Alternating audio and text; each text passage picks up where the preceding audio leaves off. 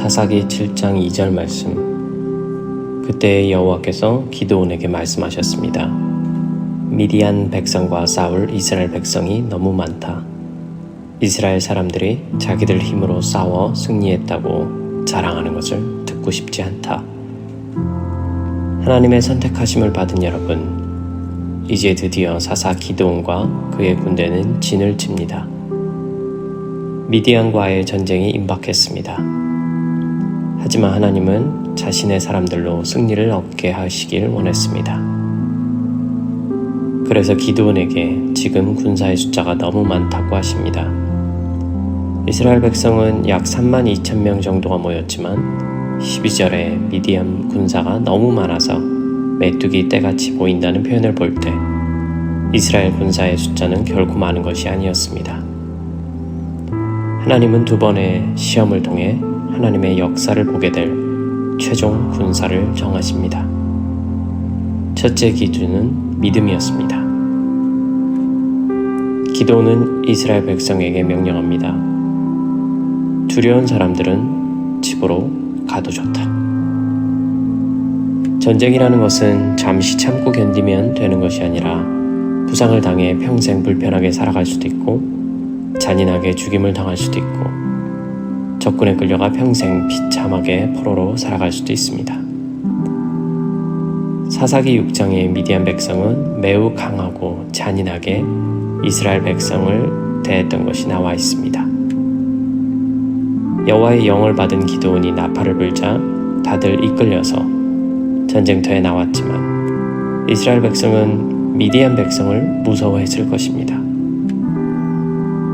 하나님은 믿음이 없는 백성들을 전쟁에 참여시키지 않으셨습니다. 이번 전쟁이 반드시 믿음으로만 이길 수 있는 전쟁이었음을 말해줍니다. 기드온의 말을 듣고 집으로 향한 자는 22,000명이었습니다. 전체 군사의 3분의 1이 떠났습니다. 두 번째 기준은 자기 절제였습니다. 믿음이 하나님을 향한 것이었다면 두 번째는 성품에 관한 것이었습니다. 하나님은 이스라엘 군사들이 물가에서 물을 먹도록 하십니다. 전쟁터에 나와서 허기지고 목이 타는 상황이었을 것입니다. 중동 지방의 그 뜨거운 태양과 모래바람을 생각한다면 너무나도 힘든 여정이었을 것입니다. 더욱이 전문 군사들로 훈련된 자들이 아닌 우리와 다를 것 없는 보통 사람들이었습니다.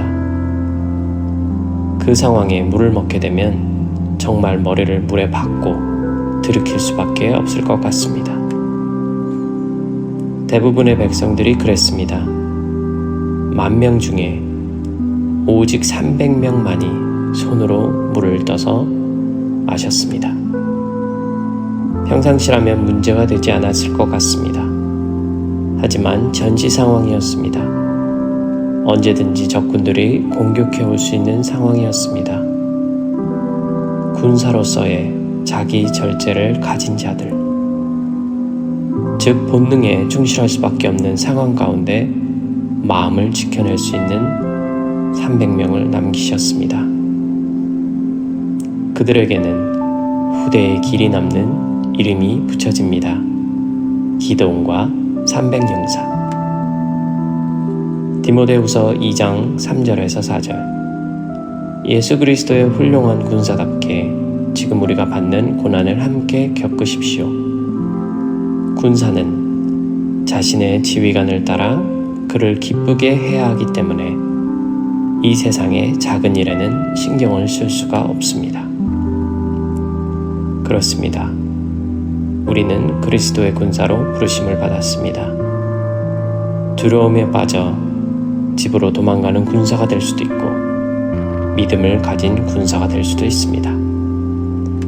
믿음을 가졌지만 정작 어둡고 힘든 현실 속에 본능에 충실하여 무장해제되어 버릴 수도 있고 끝까지 자신의 마음과 태도를 굳게 하여 전쟁에 참여하는 300용사가 될 수도 있습니다.